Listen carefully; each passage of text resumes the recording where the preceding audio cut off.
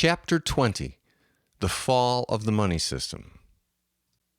Long before the Cooperative Alliance was formed, the cooperatist factions in the rest of the European countries became more numerous. The most fervently capitalistic Western countries, the United States, Great Britain, France, Germany, Spain, and Australia, being so firmly embedded in the capitalistic way of life, proved to be the most staunch and powerful opponents of cooperatism. Not that there weren't a great many supporters of cooperatism in those countries, but the immense power of those against it held tremendous sway over public opinion. At first, after the election of the Cooperative Party in Belgium, and in the early stages of the national transition, it was believed by the capitalists that cooperatism would, in a short time, fail. Therefore, it was allowed to do so. This belief in cooperatism's ultimate self-demise, along with an extreme shortage of funding due to the global depression, is what prevented these various governments from formally and officially taking clandestine steps to prevent this revolution. Once it was realized that the new system was proving successful, it became more difficult to disrupt that success, much less prevent it, especially amidst the efforts that needed to be directed toward their own economic recoveries. However, with time, resources were freed up to launch a campaign of propaganda against cooperatism. In America in particular, one of the strongest, if not the strongest nation at that time, a great deal of effort was devoted to promoting flag waving, claiming that cooperatism was not consistent with the principles that America was founded on: free enterprise and the right of every individual to pursue life, liberty, and happiness in whatever way they chose. Cooperatism, they said, takes away these inalienable rights by locking an individual into a group-oriented philosophy where individual rights and freedoms became subservient to the group. This was a strong argument for many because of their fervent patriotism and their belief that America was the foremost example of liberty in the world. The argument was also given power and validity because it linked cooperatism closely to communism, which was also seen as the antithesis and enemy of capitalism, Western democracy, freedom, and therefore America. If these ideas could successfully be implanted into the public consciousness, then America would see the fight against cooperatism as self-preservation, instigating a very passionate opposition. Fueled by this misrepresentation, Americans would come out guns a-blazing.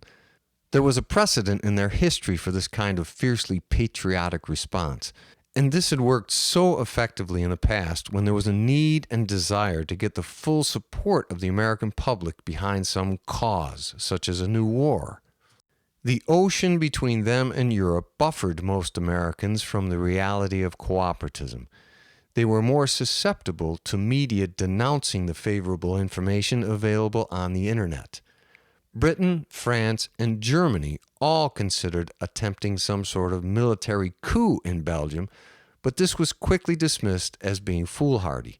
There was no specific controlling government to oust. The government was the people themselves. The military was also the people themselves, guarding against any given group attaining any sort of overall national power or control. The people were in a sort of solidarity to protect their newfound freedom and way of life. It would take more than a small, well-armed group to gain control over this country. Everyone and every region was now self-sufficient and independent. Even if you could gain control of what might be considered the government, you would gain no discernible advantage.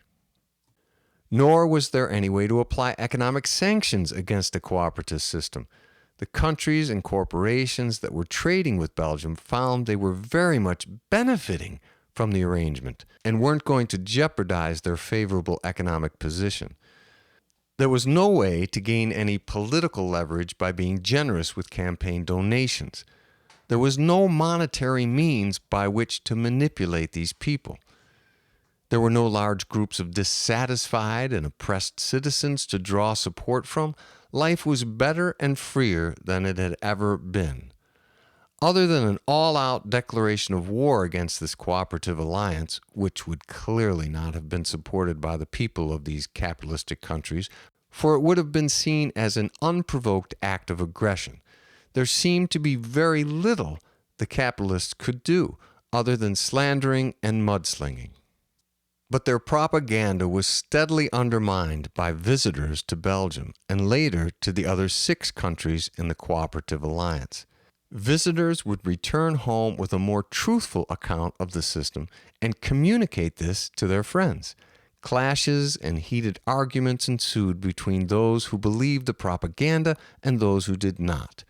More than a few of these clashes led to violence of some kind.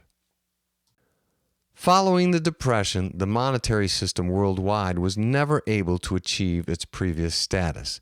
It remained a shadow of its former self. The cooperative alliance further weakened the already struggling European economy because, other than the purchasing of limited amounts of natural resources, the countries in the cooperative alliance were no longer a significant consumer market. Everything was handled by the internal workforce of these countries. Very little was purchased outside of the alliance, and nothing needed to be purchased within the alliance. Resources, industries, information, personnel, and services were all shared. However, like Belgium, these other alliance members became suppliers. The countries in the alliance came to dominate a significant number of the international markets and, ironically, acquired an overabundance of capital. They used it to allow their citizens to freely travel abroad, each one being an ambassador of cooperatism. Other European countries, sometimes out of an economic necessity or sometimes out of the simple desire of the common people, joined the alliance.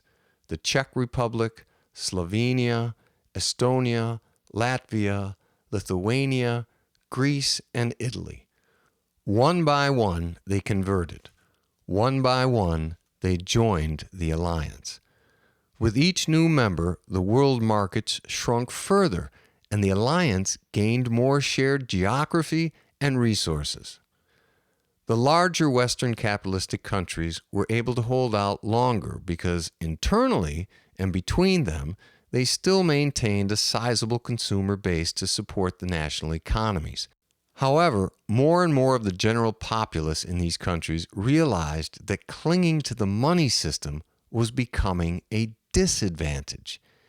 Even the most adamant defenders of capitalism and the money system could not help but see that capitalism and the money system in general were in decline. The cooperative supporters in these countries continued to grow and organize and raise people's awareness. It became blatantly obvious that only the wealthy were benefiting from a continued allegiance to capitalism, not the common man. The economic tactics of Dietger Gillard that had proved so successful in destroying the economy and entrenched wealth and power of controlling elites were implemented throughout the Western Hemisphere, severely crippling the economic means to counter the cooperative trend. People stopped paying taxes and stopped complying with government mandates. And when the military and law enforcement were called upon to enforce compliance, they began to conscientiously refuse to take up arms against their fellow citizens. It didn't take a great deal of pressure to push these economies to their breaking point. They began to fail little by little. Survival became increasingly difficult for those still hanging on to capitalistic or other money-dependent regimes, such as communism. The communists were able to hold on to their military control of the people longer than the capitalists, but in the end, every economy collapsed due to the pressure exerted from within and without, and every regime collapsed along with them. And this marked the end of the reign of the money system. It was usurped and replaced after dominating human existence for thousands of years. The era of cooperatism had begun, and civilization began to flourish as it had never flourished before. The common man had finally been liberated, and with that liberation, an explosion of progress ensued in every direction.